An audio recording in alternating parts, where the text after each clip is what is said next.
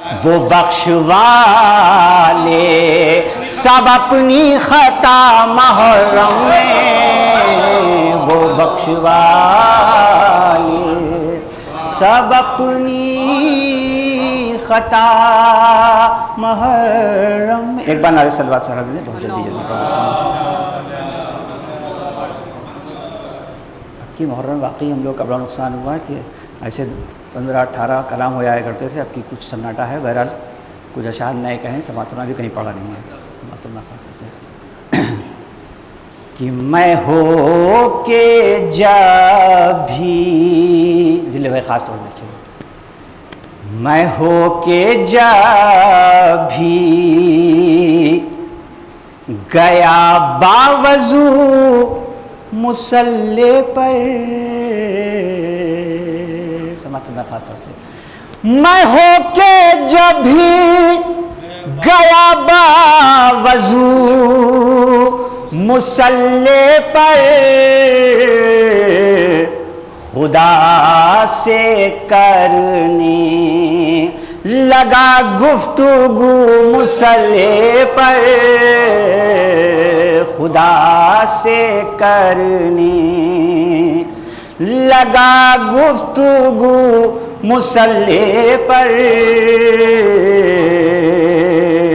یہ سماعت میں خاص طور سے کہ میں روز مانگتا ہوں رب سے ہاتھ پھیلا کر، بہت سیریسلی شعر میں نے کہا ہے، سماعت فرمائیں، میں روز مانگتا ہوں رب سے ہاتھ پھیلا کر، گئی نہ پھر بھی میری آبرو مصلی پر، میں روز مانگتا ہوں رب سے ہاتھ پھیلا کر، گئی نہ پھر بھی میری آبرو مصلی پر، گئی نہ میری مگر آرزو مصلی پر، تو میں چاہتا تھا کہ معراج کا سفر کر لوں، میں چاہتا تھا کہ معراج کا سفر کر لوں، ہوئی یہ پوری میری آرزو مصلی پر، میں چاہتا تھا کہ معراج کا سفر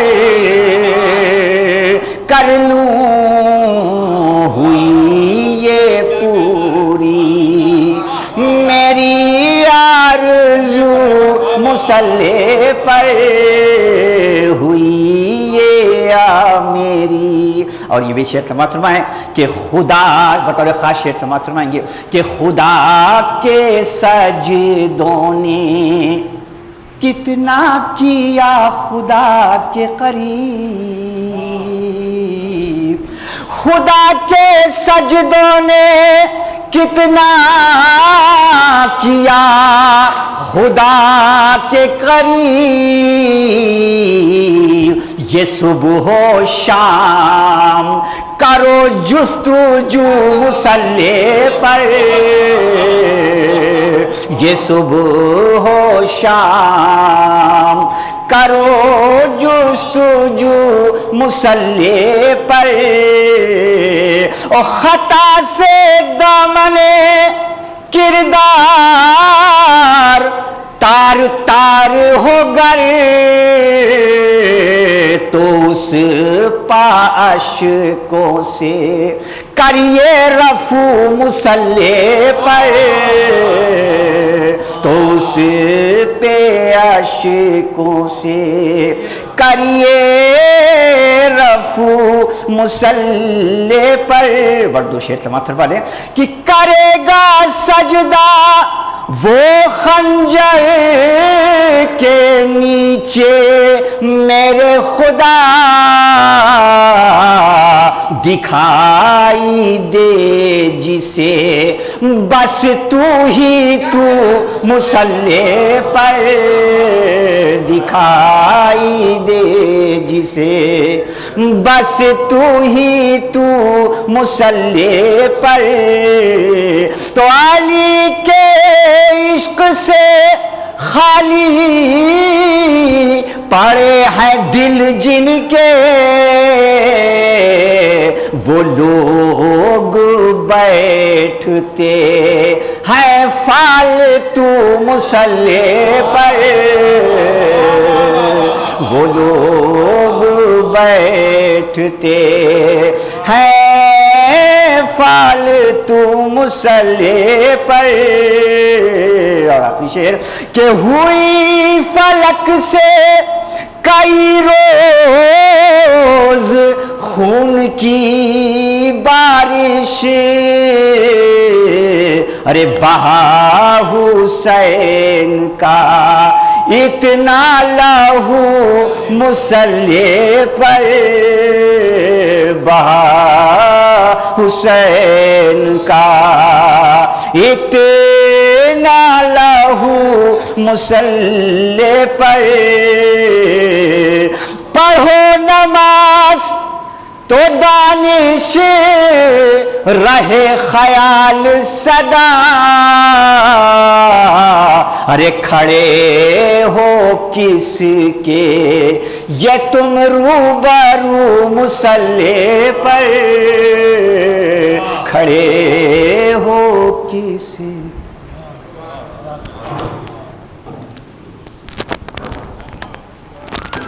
اب میں شاعر اہل بیت جناب وسیم کشتوی صاحب کی خدمت میں گزارش کروں گا کہ ممبر پر تشریف لائیں۔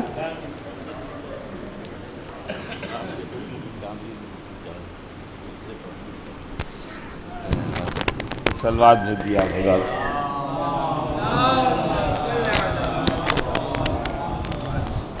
چارویں سے آقا حضرت ابوالفضل عباس علیہ السلام کے حوالے سے پیش خدمت ہے کہ اپنی خلقت پہ نہ کر ناز تو اے نہر فرات، اپنی خلقت پہ نہ کر ناز تو اے نہر فرات، ہم نے عباس کے قبضے میں سمندر دیکھے، اپنی خلقت پہ نہ کر ناز تو اے نہر فرات، ہم نے عباس کے قبضے میں سمندر دیکھے، اور پیاس ایسی کہ ملے آپ تو دریا پی لے، پیاس ایسی کہ ملے آپ تو دریا پی لے، صبر ایسا کہ نہ دریا کو پلٹ کر دیکھے، صبر ایسا کہ نہ دریا کو پلٹ کر دیکھے، پیاس ایسی کہ ملے آپ تو دریا پی لے، صبر ایسا کہ نہ دریا کو پلٹ کر دیکھے۔ ایک مطلب دو تین شعر اور سماعت فرما لیں کہ ہم وہ ہیں جو ایمان کا سودا نہیں کرتے، ہم وہ ہیں جو ایمان کا سودا نہیں کرتے، اس طرح کے تاجر پہ بھروسہ نہیں کرتے، ہم وہ ہیں جو ایمان کا سودا نہیں کرتے، اس طرح کے تاجر پہ بھروسہ نہیں کرتے، اور مظلوم سمجھتے ہو تو غم شہ کا مناؤ، مظلوم سمجھتے ہو تو غم شہ کا مناؤ،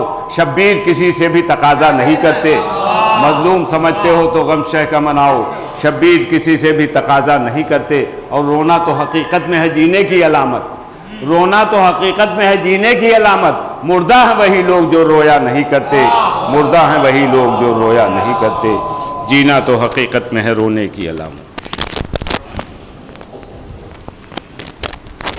اب میں بڑے ادب و احترام کے ساتھ خطیب معتمد عالی جناب مولانا محمد محسن صاحب قبلہ پرنسپل وسیقہ عربی کالج کی خدمت میں مؤدبانہ درخواست گزار ہوں کہ زیب منبر ہوں، بآواز بلند نعرہ صلوات۔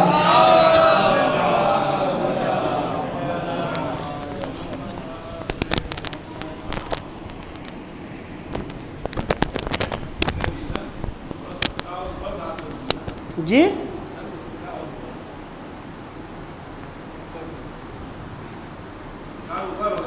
جی محمد وآل محمد۔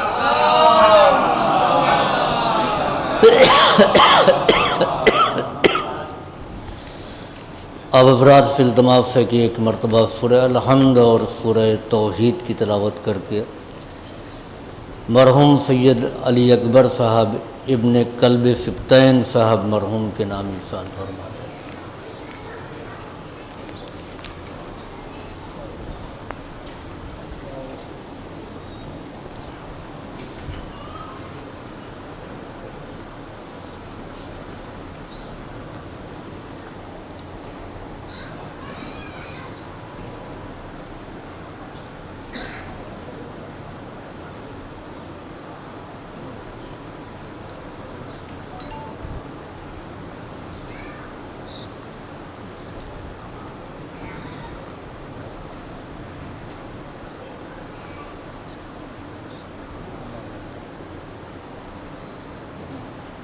لا حول ولا قوة إلا بالله العلي العظيم۔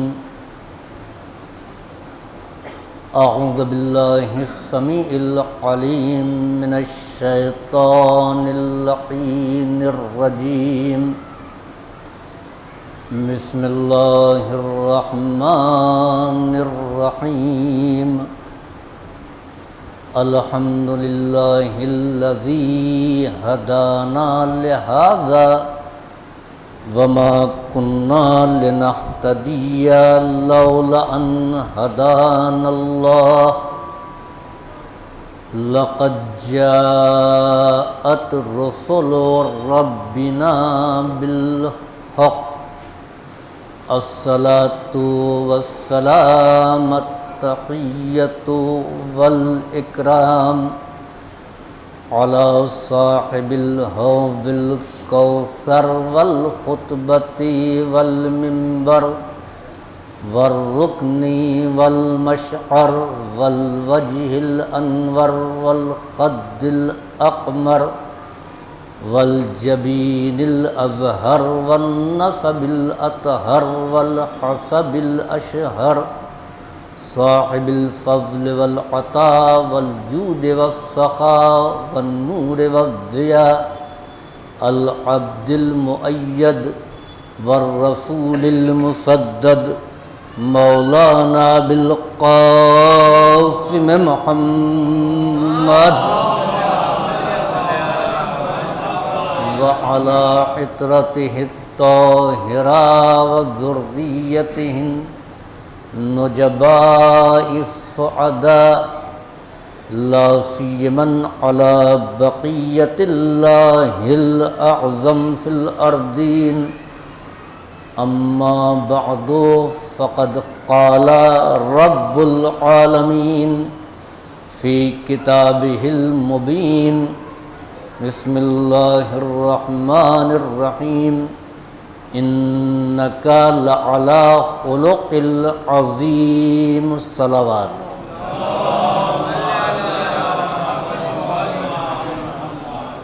خدائے عظیم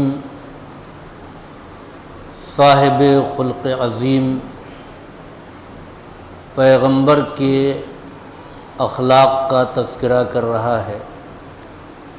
انک لعلی خلق العظیم، اے میرے حبیب آپ خلق عظیم کے درجے پر فائز ہیں۔ وہ پروردگار جو دنیا کے اقتدار، دنیا کی دولت، دنیا کے تمام وسائل کو متاع قلیل کہہ رہا ہے، کہ ساری کائنات کی دولت اور ساری کائنات کا اقتدار اس کی نگاہ میں متاع قلیل ہے۔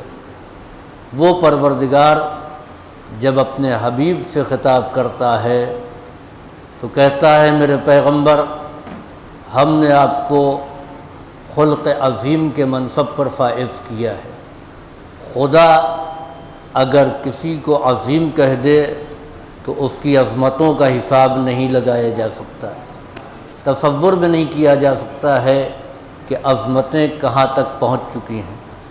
نبی کریم نے بھی جب اخلاق کا ذکر کیا تو ان لفظوں میں ذکر کیا انما بعثت لأتمم مکارم الاخلاق، ہم کو صرف اس لیے مبعوث کیا گیا ہے کہ میں مکارم اخلاق کو منزل کمال تک پہنچاؤں۔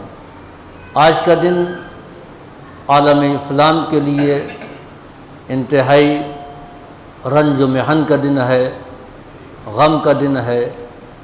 دو معصوم شخصیتوں کے رخصت ہو جانے کا دن ہے، وفات رسول خدا اور شہادت امام حسن مجتبیٰ کا دن ہے۔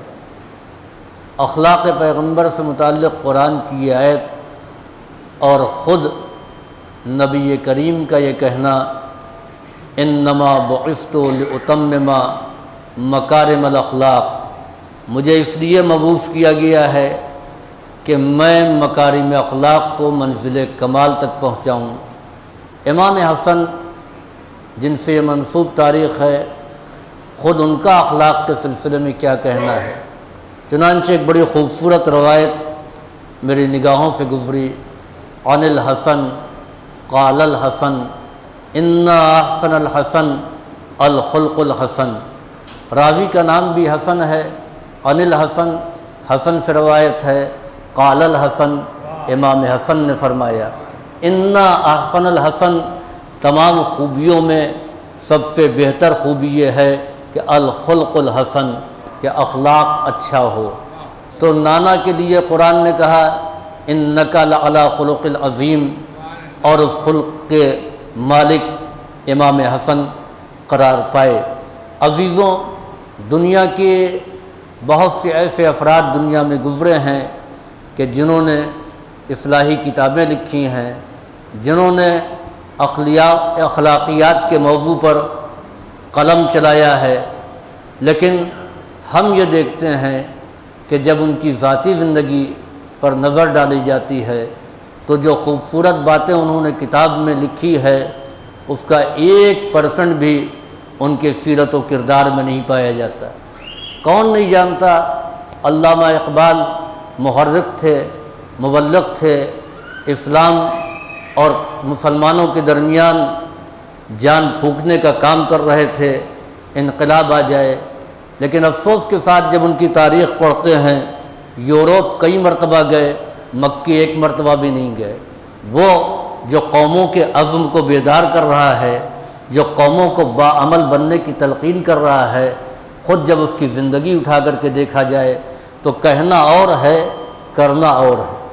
یہی وجہ ہے کہ وہ لوگ جنہوں نے مظلوموں کے حق میں آواز اٹھائی، مزدوروں کے حق میں آواز اٹھائی، کمیونزم نظام کیا ہے کہ مزدوروں کا ان کا حق دیا جائے، لیکن بعد میں انہی کے خلاف مزدور ہو گئے، انہی کے خلاف انقلاب آیا۔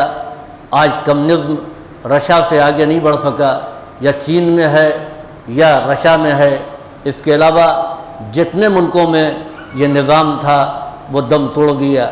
جبکہ عوام کے مفاد کے لیے باتیں کہی گئی تھیں، پرچم مظلوموں کی حمایت کے لیے اٹھایا گیا تھا، مزدوروں کے حق دلانے کی بات کہی گئی تھی، لیکن جب ان کی ذاتی زندگی کو دیکھا گیا تو ذاتی زندگی میں ایسا کچھ نہیں پایا گیا۔ خود بھی انہوں نے وہی کیا جو بادشاہوں نے کیا، جو سلاطین نے کیا، جو آمیروں نے کیا۔ نتیجہ یہ ہوا کہ قوم باغی ہوئی۔ کیوں؟ کہ ان کے پاس تھیوری تھی، پریکٹیکل نہیں تھا۔ جہاں پر عمل کے بغیر دعوت اخلاق دی جائے، جہاں پر عمل کے بغیر لوگوں کو ترغیب دی جائے تو اس کا اثر نہیں ہوتا، بات کان سے آگے نہیں بڑھتی، دلوں میں نہیں اترتی۔ بات دلوں میں وہاں اترتی ہے کہ جہاں عمل کے ذریعے تعلیم دی جائے۔ ہم نے ہر جگہ دیکھا کہ تھیوری نظر آئی مگر عمل نظر نہیں آیا۔ حیات طیبہ مرسل اعظم میں دیکھا تو 40 سال تک آپ نے پریکٹیکل پہلے کیا ہے، تھیوری بعد میں پیش کیا ہے۔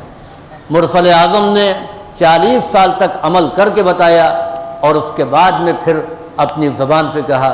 امام کے پاس ایک شخص آیا اور اس نے کہا ہم تبلیغ کرنے کے لیے جا رہے ہیں، عالم تھا، دین کا جاننے والا تھا۔ امام سے کہتا ہے کہ آپ کچھ نصیحت کیجئے تاکہ ہماری باتوں کا لوگوں پر اثر ہو، آپ رہنمائی فرمائیں۔ امام نے کہا ایک بات یاد رکھنا کہ تم کو زبان کا کم سے کم استعمال کرنا پڑے۔ تم اپنے عمل سے لوگوں کو تبلیغ کرو، کونوا دعاۃ للناس بغیر السنتکم، اپنی زبانوں کے علاوہ امانت دار بنو تاکہ لوگ امانت دار بننے لگ جائیں۔ پیغمبر اسلام نے 40 سال تک اپنے کردار کے ذریعے تبلیغ کی، اور یہی وجہ ہے کہ مخالف سماج تھا، مخالف معاشرہ تھا، یہ تو الزام دیا کہ پیغمبر ساحر ہیں، پیغمبر مجنون ہیں، لیکن کوئی ایک یہ نہیں کہہ سکا کہ جو یہ کہہ رہے ہیں اس میں سچائی نہیں پائی جاتی۔ کسی نے یہ نہیں کہا کہ نبی کریم معاذ اللہ جھوٹ بولتے ہیں۔ تو عزیزوں یاد رکھیں کہ اخلاقیات کی دعوت پیغمبر اسلام نے دیا۔ اخلاقیات کہتے کسے ہیں؟ خلق ہے کیا؟ اخلاقیات کے معنی یہ ہیں کہ جن چیزوں سے خدا نے روکا ہے اس سے رک جائیے، اور جن چیزوں پر عمل کرنے کا حکم دیا ہے اس پر عمل کیا جائے، یہی اخلاق اسلامی ہے، اور اسی کی طرف پیغمبر اسلام دعوت دینے کے لیے آئے ہیں۔ عزیزوں یاد رکھیں کہ تمام گناہ کی کنجی جھوٹ کو قرار دیا گیا ہے۔ الکذب مفتاح کل الشر، جھوٹ ہر برائی کی کنجی ہے۔ ظاہر بات ہے کہ کوئی چیز کہیں پر رکھ کر کے تالے میں بند کر دیا جائے تو لوگوں کی وہاں تک رسائی اس وقت تک نہیں ہو سکتی جب تک کہ تالا کھولا نہ جائے۔ اسی طریقے سے برائیاں سب مقید ہیں، ایک جگہ پر ہیں، انسان ان برائیوں تک نہیں پہنچ سکتا ہے، اس کی کنجی جھوٹ کو قرار دیا گیا ہے۔ یہ جھوٹ ہے جو برائیوں کے ارتکاب کی طرف مامور کرتا ہے۔ اگر ہم نے کوئی جرم کیا ہے، آپ نے پوچھا، ہم نے فوراً انکار کر دیا، جھوٹ بول دیا کہ ہم نے ایسا نہیں کیا ہے، ہم نے توجیہ بیان کر دیا، ہم نے اس کی تعویل کر دیا، نتیجہ یہ ہوگا کہ جھوٹ نے وقتی طور پر ہمارے گناہوں پر پردہ ڈال دیا ہے۔ تو جھوٹ وہ ہے کہ جو تمام شر کی کنجی ہے۔ پیغمبر اسلام کے زمانے کا واقعہ ہے کہ نبی کریم کے پاس ایک شخص آیا کہ اللہ کے رسول، جب سے آپ اسلام کا پیغام لے کر کے آئے ہیں زندگی کا لطف جاتا رہا، یہ نہ کرو، وہ نہ کرو، یہاں نہ جاؤ، وہاں نہ جاؤ، یہ نہ کہو، آپ کچھ تو چھوٹ دیں۔ کیسے کیسے جسور تھے دور پیغمبر میں، نبی کریم سے کہہ رہے ہیں کہ گناہوں کے لیے ہم کو چھوٹ دیا جائے۔ کچھ گناہ تو ایسے ہیں کہ جن کے لیے آپ کو چھوٹ دینا پڑے گی۔ پیغمبر نے کہا تم جو چاہو کرو، ایک گناہ سے اپنے آپ کو بچا لو۔ خوش ہو گیا، ہم نے تو کچھ کے لیے چھوٹ مانگا تھا، پیغمبر کہہ رہے ہیں کہ صرف ایک گناہ سے اپنے آپ کو بچا لو، باقی تم کو پوری طریقے سے چھوٹ ہے۔ چنانچہ اس نے پوچھا وہ کیا؟ نبی کریم نے کہا کہ تم سچ بولنا، میرے سامنے آنا تو جو میں پوچھوں وہ تم کو سچ بتانا ہوگا۔ عرب تھا، پیغمبر سے وعدہ کیا، اب آیا، اور آنے کے بعد میں اس نے ارتکاب گناہ کرنا چاہا، مثلا شراب کی طرف ہاتھ بڑھا۔ پھر یہ سوچا کہ نبی کریم نے اگر پوچھا کہ شراب تو نہیں پی تھی یا آج کیا کیا تھا، تو یہ ہمت نہیں ہے کہ رسول سے کہوں کہ میں نے شراب پیا تھا، لہٰذا اس نے شراب کا جام وہیں پر رکھ دیا۔ کیوں؟ اس لیے کہ اس کے اندر یہ ہمت نہیں کہ نبی کے سامنے اپنے جرم کا اقرار کرے۔ شراب پینے سے توبہ کیا، اس کے آگے اور بڑھا، دوسرا گناہ اس کے سامنے آیا، چاہا کہ نظریں اٹھا کر کے ہم نامحرم کو دیکھیں۔ پھر خیال آیا کہ رسول اللہ سے ہم نے جھوٹ نہ بولنے کا وعدہ کیا تھا، اگر انہوں نے پوچھا تو ہم یہ نہیں کہہ سکتے کہ ہم نے نامحرموں کو دیکھا ہے۔ اور عزیزوں یاد رکھیں کہ یہ تو ایسا گناہ ہے سماج میں کہ جو لوگ گناہ سمجھتے ہی نہیں ہیں۔ نامحرموں کا دیکھنا، اس کو ہم گناہ سمجھتے ہی نہیں ہیں، اور سب سے بڑا جرم یہ ہے کہ گناہ کو گناہ نہ سمجھا جائے۔ چنانچہ ایسے علماء بھی تھے، ایسے افراد بھی ہیں جو نامحرموں سے مصافحہ بھی کر لیتے ہیں، جبکہ نبی کریم نے غدیر کے موقع پر امیر المومنین کے ہاتھوں پر بیعت کرانے کے لیے طریقہ ہی اپنایا کہ ایک تشت میں پانی رکھا، امیر المومنین سے کہا لی اس میں ہاتھ ڈالو، اور عورتوں سے کہا کہ تم بھی اس تشت میں ہاتھ ڈالو، یعنی ہاتھ مس نہیں ہونا چاہیے۔ یہ ہے طریقہ اسلامی، یہ ہے شعار اسلامی۔ تو چجائے کے نامحرموں کی طرف دیکھنا، اس کو ہم گناہ تصور ہی نہیں کرتے ہیں۔ ایک عالم گزرے ہیں جن کا نام علامہ عارف حسین، شہید ہوئے ہیں، زبردست عالم، متقی اور پرہیزگار۔ ان کا انٹرویو لینے کے لیے ایک صحافیہ پہنچی، محترمہ تھیں، انہوں نے انٹرویو لینا شروع کیا۔ علامہ عارف حسین نے زمین کی طرف دیکھنا شروع کیا اور ان کی باتوں کا جواب دینا شروع کیا۔ انہوں نے کہا کہ آپ نگاہیں ملا کر کے کیوں نہیں بات کرتے؟ آپ میری طرف دیکھ کر کے بات کیجئے، آپ میری توہین کر رہے ہیں۔ تو ان کا بی بی میں آپ کی عزت کر رہا ہوں، توہین نہیں کر رہا ہوں۔ شریعت نے آپ کو پردے کا حکم دیا ہے، مجھے نگاہ نیچی رکھنے کا حکم دیا ہے۔ میں آپ کو چادر تو نہیں اڑا سکتا ہوں، لیکن اپنی نظروں کو تو نیچی کر سکتا ہوں۔ صلوات بھیجیے بر محمد و آل محمد۔ اس طریقے کے جتنے جرم تھے انہوں نے ارتکاب کرنا چاہا، مگر ہر جرم سے اپنے قدم کو روک لیا۔ پیغمبر اسلام کے پاس آئے، نبی کریم نے پوچھا کہ کیسا دن گزرا؟ بہت مزے تم نے کیے ہوں گے، ہم نے تو ہر طریقے سے چھوٹ دے دی تھی۔ اللہ کے رسول ہم نے کچھ نہیں کیا۔ کیوں نہیں کیا؟ کا وجہ یہ ہے کہ آپ نے عہد لیا تھا کہ جھوٹ نہیں بولنا۔ میں یہ سوچتا رہا کہ اگر گناہ کیا تو اس کا اقرار پیغمبر اسلام کے سامنے میں کیسے کروں گا؟ حضور میرے اندر یہ ہمت نہیں ہے کہ میرے گناہ سے آپ واقف ہو جائیں۔ پیغمبر اسلام نے کہا جب تمہارے اندر یہ ہمت نہیں ہے کہ تمہارے گناہ سے میں واقف ہو جاؤں تو خدا تو ہر ایک کے بارے میں جانتا ہے، وہ علیم بھی ہے، خبیر بھی ہے۔ یہ اس کا رحم ہے، یہ اس کا کرم ہے کہ جس نے سماج میں سر اٹھا کر کے چلنے کا ہم کو موقع دیا ہے۔ وہ ستار العیوب ہے، اس نے عیوب کو پر پردہ ڈال رکھا ہے۔ ورنہ ہر آدمی کو اپنی حیثیت معلوم ہے، ہر ایک کو اپنی اوقات معلوم ہے۔ تو مفتاح کل شر الکذب مفتاح کل شر، کہ جھوٹ تمام گناہوں کی، تمام برائیوں کی کنجی ہے۔ اب آئیے، جتنے قسم کے گناہ ہیں ہو سکتا ہے کہ اس میں رعایت کر دی جائے، جتنے قسم کی اخلاقی خرابیاں ہیں ہو سکتا ہے کہ شریعت اجازت دے دے بعض مقامات پر، لیکن ظلم ایک ایسا گناہ ہے کہ جس کے لیے کہیں سے بھی چھوٹ نہیں ہے، شریعت قطعی طور پر اجازت نہیں دیتی۔ سب برداشت ہے، ظلم نہیں برداشت ہے۔ اب مثلاً بخل اچھا اخلاق نہیں ہے، برا اخلاق ہے، لیکن روایات معصومین میں یہ ہے کہ اگر مرد کے اندر بخل پایا جائے تو بدترین ہے، عورت کے اندر اگر بخل پایا جاتا ہے تو یہ اس کی اچھی صفت شمار کیا جائے گا۔ عورت کے اندر بخل اچھا ہے، مرد کے اندر بخل جو ہے وہ بدترین ہے۔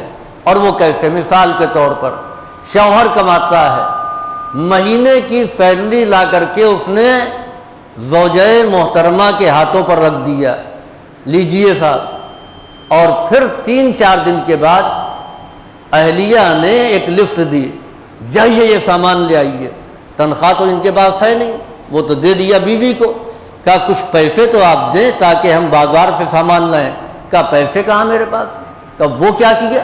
کہا وہ تو میں نے راہ خدا میں خرچ کر دیا، وہ تو میں نے سخاوت کر دیا، بہت سنتی ہوں یہ ثواب ہے وہ ثواب ہے، سب میں نے محلے بھر میں بانٹ دیا، اب میرے پاس کچھ نہیں بچا ہے۔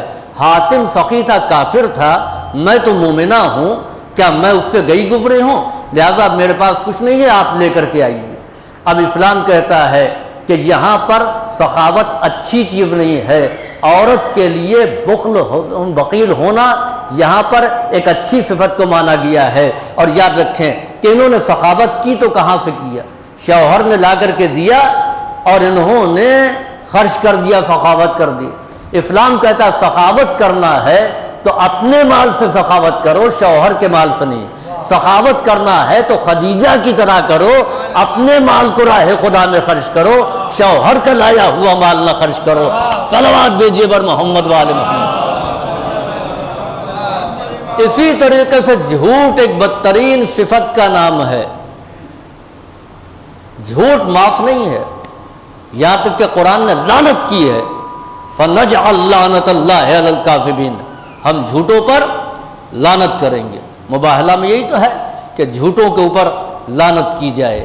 تو جھوٹ بدترین صفت ہے، قطعی معاف نہیں ہے. اب آئیے ایک موقع ایسا آتا ہے کہ جہاں پر ایک نبی خدا ایک گھر کے اندر ہے، ایک ولی خدا گھر کے اندر ہے. آپ گھر کے باہر کھڑے ہیں، ایک قاتل ہے، ایک دشمن ہے، تلوار لے کر کے، اسلحہ لے کر کے، بندوق لے کر کے، وہ اس کو قتل کرنے کے لیے آئے گا.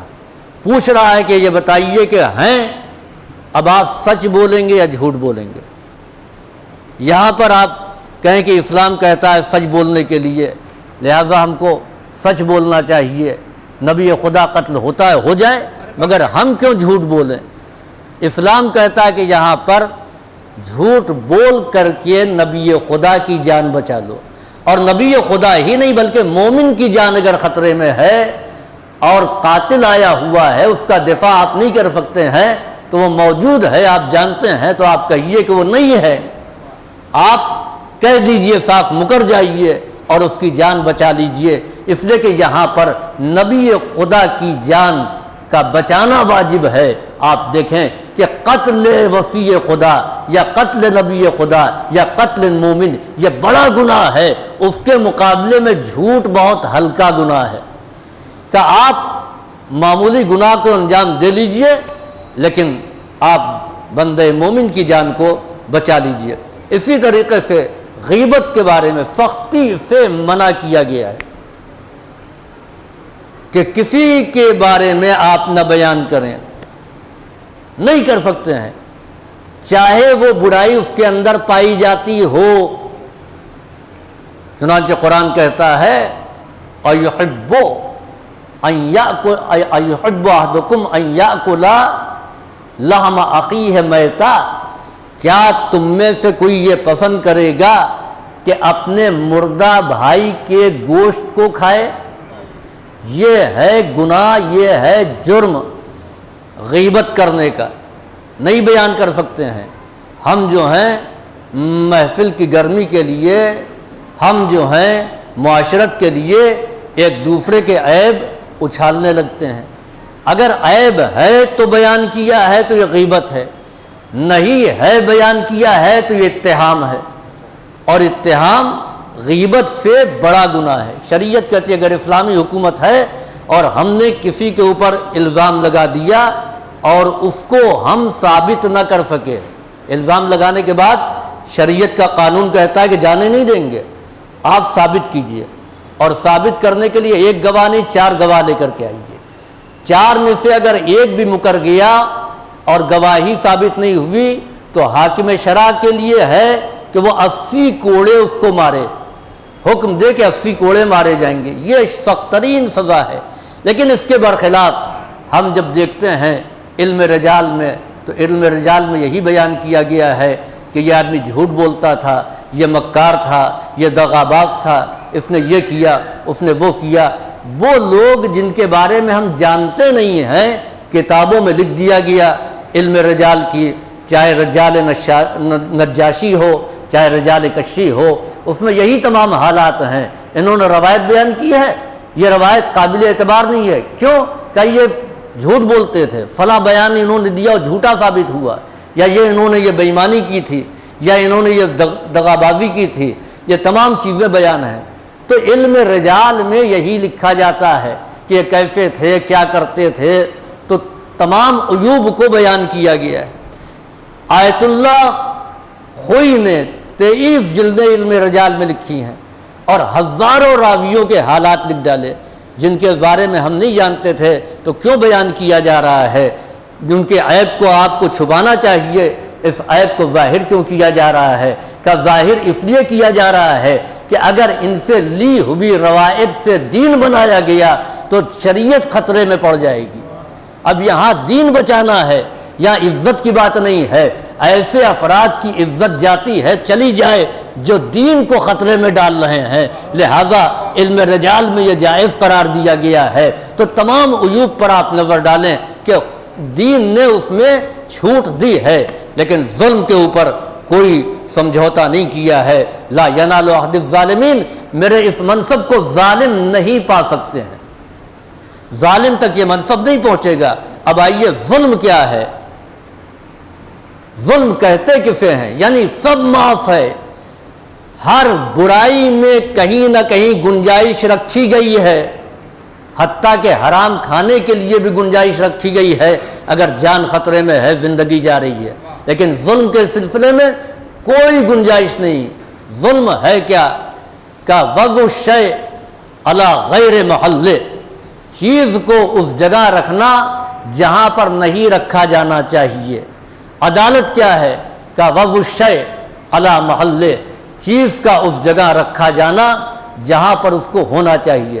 مثلاً میری ٹوپی بھی ہے اور میرا جوتا بھی ہے، میں نے جوتے کو اٹھایا اور سر میں باندھ دیا، ٹوپی کو اٹھایا پیر میں باندھ دیا۔ آپ نے کہا آپ یہ کیا کر رہے ہیں؟ میں نے کہا میری چیز ہے، میں جس کو جہاں چاہوں رکھوں۔ جوتا میں نے 5000 کا خریدا ہے لہذا سر پہ رکھوں گا، ٹوپی کی قیمت 100 روپے ہے لہذا پیر میں۔ لوگ کہیں گے یہ ظلم ہے۔ کیوں ظلم ہے؟ کہ جس کو جہاں ہونا چاہیے وہاں نہیں رکھا۔ عزیزو یہی ظلم ہے کہ جاہل کو عالم کی جگہ پر آپ لائیں، عالم کو آپ اہمیت نہ دیں، تو اس سے بڑا ظلم اور کیا ہوگا؟ صلوات بھیجیے بر محمد و آل محمد۔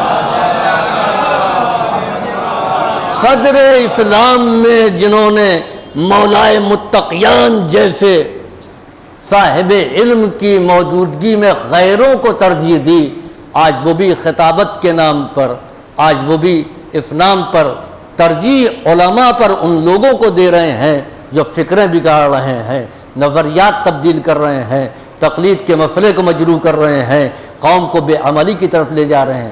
یاد رکھیے کہ ذاکر کوئی بھی ہو، اس سے کوئی شکوہ نہیں ہے، ہر ایک کو ذاکر ہونا چاہیے، ہر ایک کو خطیب ہونا چاہیے۔ ہماری قوم میں ہر گھر میں ایک خطیب ہو، ورنہ مجلسیں نہیں ہو سکتی ہیں، لیکن خطیب بن کر کے آئے، عالم بن کر کے شریعت ہم کو نہ سمجھائے۔ خرابی وہیں سے آتی ہے کہ جب جوہلا منبر پر آ کر کے اور شریعت کو سمجھانے لگ جاتے ہیں، ورنہ خطابت سر آنکھوں پر ہے۔ عام جو خطیب ہیں ان کو اجر ملے گا، ان کو ثواب ملے گا، اس لیے کہ انہوں نے جتنا پڑھا ہے اتنا ہی بیان کریں گے۔ کل کے خطبہ کیسے کیسے تھے؟ علامہ طاہر جرولی صاحب عالم نہیں تھے، لیکن منبر پر آنے کے بعد کہتے تھے کہ علمی مسئلہ علماء جانے، میں مولا کا وکیل ہوں، میں وکالت کروں گا۔ کبھی انہوں نے ایسی باتوں کو نہیں چھیڑا کہ جس سے قوم کے عقائد خراب ہوں، قوم کے نظریات خراب ہوں۔ ہمارا شہر تو اس سلسلے میں بہت پاک و پاکیزہ ہے اور انشاءاللہ رہے گا، لیکن بعض افراد ہیں کہ ایسے خطبہ کو مدعو کرنے کی کوشش کرتے ہیں، بلا لیتے ہیں۔ لیکن یاد رکھیے کہ فیض آباد کی انفرادیت الگ ہے، لکھنؤ ہے، فیض آباد ہے۔ صلوات بھیجیے بر محمد و آل محمد۔ تو عزیزوں، جملہ معترضہ کے طور پر یہ باتیں آ گئی تھیں آج سے کے موضوع سے متعلق کہ پیغمبر خلق عظیم کے درجے پر فائز تھے۔ اخلاق پیغمبر کو آپ دیکھیں کہ نبی کریم صلی اللہ علیہ وآلہ وسلم نے دین کو اپنے اخلاق کے ذریعے پہنچایا۔ یہ شب، یہ آج کا دن امام حسن کی شہادت کا بھی دن ہے اور رسول خدا کی وفات کا بھی دن ہے، اور دونوں نانا اور نواسے میں ایک چیز مشترک ہے، وہ ہے صلح۔ نانا کی صلح حدیبیہ کہلائی اور نواسے کی صلح حسن کہلائی۔ صلح کہتے کسے ہیں؟ دنیا میں جنگیں ہوتی ہیں، دونوں ملکوں کی فوجیں سامنے آتی ہیں، اٹیک ہوتا ہے، اور پھر ایک وہ وقت آتا ہے کہ اقوام متحدہ اور دیگر ممالک درمیان میں آ جاتے ہیں اور آنے کے بعد میں صلح کرا دیتے ہیں۔ جب پوچھا جاتا ہے کہ اس جنگ میں فاتح کون ہے تو جواب ملتا ہے کہ فاتح کوئی نہیں ہے، جیتا کوئی نہیں ہے، پھر کیا ہوا؟ کہ سلو ہو گئی۔ تو دنیا کے دستور میں جہاں پر نہ کوئی ہارے نہ کوئی جیتے اس کو سلو کہتے ہیں، لیکن اسلام نے سلو کا ایک اور مفہوم دیا۔ اسلام کہتا ہے کہ انا فتحنا لکا فتحا مبینا، کہ اگر دین کی راہ میں سلو ہو تو اس دین کی راہ میں جو سلو ہوتی ہے اس کو فتح مبین کہا جاتا ہے۔ ہم نے فتح مبین نہیں کہا، میدان سلو میں قلم چلا، اس کامیابی کو اسلام نے فتح مبین کہا۔ صلوات بھیجیے بر محمد و آل محمد۔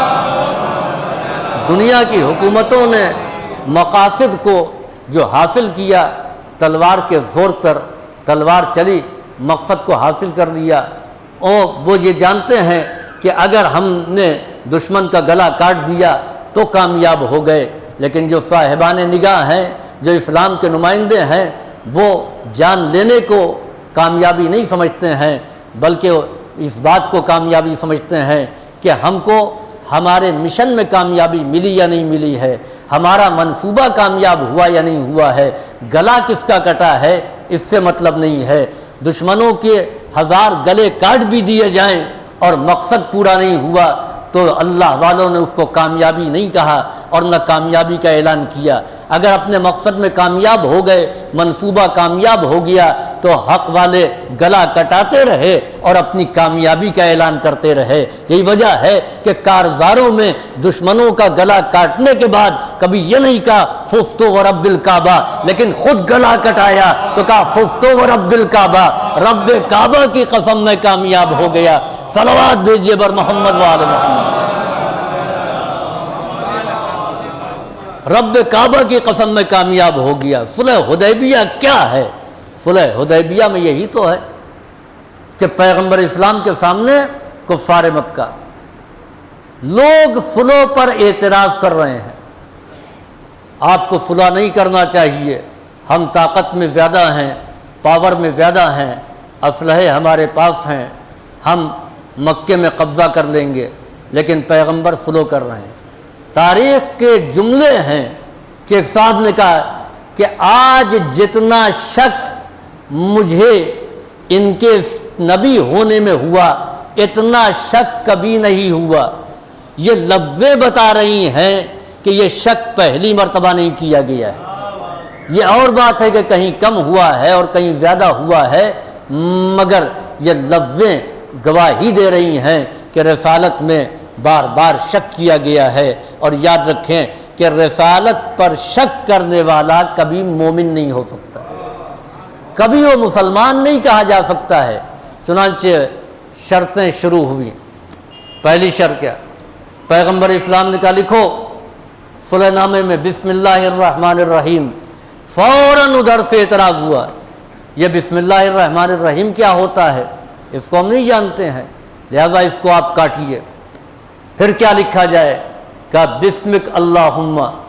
نبی کریم نے کہا بسمک اللہم لکھو۔ امیر المومنین نے بسم اللہ کاٹا اور بسمک اللہم لکھا۔ پھر اس کے بعد میں ھذا ما صالح محمد رسول اللہ، یہ وہ ہے کہ جس میں صلح کی ہے محمد رسول اللہ نے۔ فوراً اعتراض ہوا، آپ رسول اللہ کیوں کہہ رہے ہیں؟ اگر ہم ان کو رسول اللہ مانتے تو ہم ان سے بحث کیوں کرتے؟ رسول اللہ نہیں مانتے اسی لیے بحث کر رہے ہیں۔ کفار مکہ یہ جانتے ہیں کہ اگر رسول مان لیا ہے تو رسول سے بحث کرنے کی گنجائش نہیں ہے۔ یہ کیسے مسلمان ہیں کہ جو رسول بھی مان رہے ہیں بحث بھی کر رہے ہیں؟ صلوات بھیجیے بر محمد و آل محمد۔ کہا پھر کیا لکھا جائے؟ کہ محمد ابن عبداللہ، محمد ابن عبداللہ لکھا گیا۔ لوگ برہم ہیں، انہی کی باتیں مانی جا رہی ہیں، انہی کی باتیں سنی جا رہی ہیں۔ نہیں، یاد رکھیں یہاں کفار نے پیغمبر کی باتوں کو نہیں مانا، یہ اور بات ہے، اپنی بات کو منوایا بھی نہیں، اسی لیے صلح ہو گئی۔ اگر یہ اپنی بات کو منوانے کے لیے آتے تو صلح نہیں ہوتی۔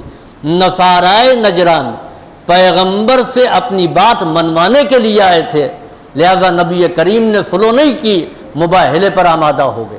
ہم مباہلہ کریں گے، ہم جھوٹوں پر لعنت کریں گے، تمہاری بات کو نہیں مانیں گے۔ یہاں کفار نے پیغمبر سے کسی غلط بات کے ماننے کا دباؤ نہیں ڈالا۔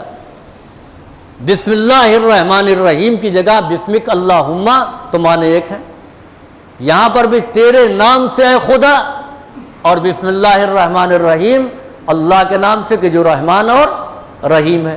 اسی طریقے سے محمد الرسول اللہ محمد ابن عبداللہ، پیغمبر محمد ابن عبداللہ بھی ہیں۔ مثال کے طور پر ایک صاحب ہیں جو عالم بھی ہیں اور شاعر بھی ہیں، دونوں خصوصیت ہے۔ کسی نے کہا کہ ہم ان کو شاعر مانتے ہیں عالم نہیں مانتے، تو عالم ہونے کا انہوں نے انکار کیا لیکن شاعر مانا، تو ایک صفت کا انکار کیا ایک صفت کو مانا۔ تو عزیزوں اسی طریقے سے پیغمبر رسول اللہ بھی ہیں اور محمد ابن عبداللہ ہیں۔ رسول اللہ کو نہیں مانا لیکن محمد ابن عبداللہ کو مانا، یعنی ایک کلمہ حق کے مقابلے میں دوسرے کلمہ حق کو تسلیم کر لیا۔ تو جہاں حق کے مقابلے میں حق کا مطالبہ کیا جائے وہاں اسلام سلو کرتا ہے۔ فرق پہچانیے کہ یہ لوگ چاہے وہ کفار مکہ والے ہوں، یہ اپنی بات منوانے کے لیے نہیں آئے تھے، انہوں نے پیغمبر کی بات مانی۔ یہ اور بات ہے کہ سب باتوں کو نہیں مانا۔ اب لوگ کہتے ہیں کہ دونوں کے کردار میں فرق کیسے، امام حسین تلوار لے کر کے آ گئے، امام حسن نے سلو کر دیا۔ یاد رکھیے کہ امام حسن سے معاویہ منوانے نہیں آیا تھا، ماننے آیا تھا، اور یزید اپنے آپ کو منوانے آیا تھا۔ لوگ امام حسن اور امام حسین کو تو کہتے ہیں لیکن ان باپ بیٹوں کو کیوں نہیں کہتے ہیں کہ باپ امام حسن کی بات کو ماننے کے لیے سادہ کاغذ لے کر کے آ گیا اور بیٹا امام حسین علیہ السلام سے اپنے آپ کو منوانے کے لیے آیا تھا۔ جو ماننے کے لیے آیا تو امام حسن نے سلو کر لی، وہ منوانے کے لیے آیا تھا امام حسین نے جنگ کر لی۔ صلوات بھیجیے بر محمد و آل محمد۔ اور امام حسن کیوں نہ سلو کرتے؟ نوجوانوں کو تاریخ معلوم ہونا چاہیے۔ امیر المومنین کے بعد امام حسن نے لشکر جمع کیا۔ امام حسن اللہ نے بڑی ہیبت دی تھی، بادشاہوں کی ہیبت جو لشکروں کے ساتھ ہوتی ہے وہ امام حسن کی ہیبت لشکر کے بغیر تھی۔ اور روایت کہتی کہ ام المومنین کا خود بیان ہے کہ مجھے جتنا حسن سے خوف آتا ہے اتنا کسی اور سے نہیں۔ جنگ جمل میں ان کو واپس پلٹانے والے امام حسن ہی تھے۔ امام حسن نے کہا اب آپ چلی جائیے یہاں سے۔ جیسے امام حسن کو دیکھا اور یہ وہاں سے رخصت ہو گئیں۔ تو یہ ہیبت امام حسن کو اللہ نے دیا۔ 30,000 کا لشکر آپ نے جمع کیا۔ ادھر معاویہ نے 1 لاکھ سے زیادہ فوج اکٹھا کی۔ امام حسن نے ایک کمانڈر کو بلایا اور 4,000 کا لشکر دیا، کہا آگے بڑھ کر کے اس کو روکو، اس کے مقدمۃ الجیش کو۔ یہ وہاں پر اس نے جا کر کے پڑاؤ ڈالا۔ معاویہ نے اس کمانڈر کو اپنے پاس بلایا، کیوں آ رہے ہو جان دینے کے لیے؟ اگر تم مقابلہ بھی کرو گے کامیاب بھی ہو جاؤ گے تو حسن تم کو کچھ دینے والے نہیں ہیں، میں تمہارا گھر بھر دوں گا، قیمت بتاؤ۔ اور چنانچہ قیمت طے ہو گئی اور یہ 4,000 کا لشکر لے کر کے معاویہ کے ساتھ۔ امام حسن کو خبر ہوئی وہ صاحب گئے تھے تو جا کر کے بک گئے۔ آپ نے دوسرے کو بلایا، 4,000 کا لشکر ان کو بھی دیا۔ یہ گئے، معاویہ نے بلایا، بیٹھیے، کہاں خواہ مخواہ کے لیے آپ ہلاکت میں آ رہے ہیں؟ آپ میرا لشکر دیکھ رہے ہیں، کیا کر لیں گے آپ کی یہ اتنی مختصر سی فوج؟ چنانچہ آپ آرام کیجئے اور جو قیمت کہیے وہ میں دوں گا، اور جو منصب حسن نے دیا اس سے بڑا منصب ہم آپ کو دیں گے۔ یہ بھی چلے گئے۔ اس طریقے سے جب 3 کمانڈر بک گئے تو آخر میں امام حسن نے 8,000 کا لشکر بنایا، اور اس میں باہر کے لوگوں کو نہیں گھر کے لوگوں کو بھیجا۔ کس کو؟ عبداللہ ابن عباس اور عبید اللہ ابن عباس، یہ دونوں بنی ہاشم سے، جناب عباس کے بیٹے۔ آپ یہ نام تاریخ میں نوٹ کیے رہیے۔ یہ دونوں گئے۔ اب ظاہر بات ہے کہ ان کی قیمت بھی زیادہ ہوگی۔ معاویہ نے ان کو بھی بلایا، خواہ مخواہ کے لیے آپ کیوں قتال کر رہے ہیں، جنگ کر رہے ہیں؟ آپ بیٹھیے، آپ کو جیتنا ہے نہیں ہے، سب قتل ہو جائیں گے، مارے جائیں گے، آپ اپنی قیمت بتائیے۔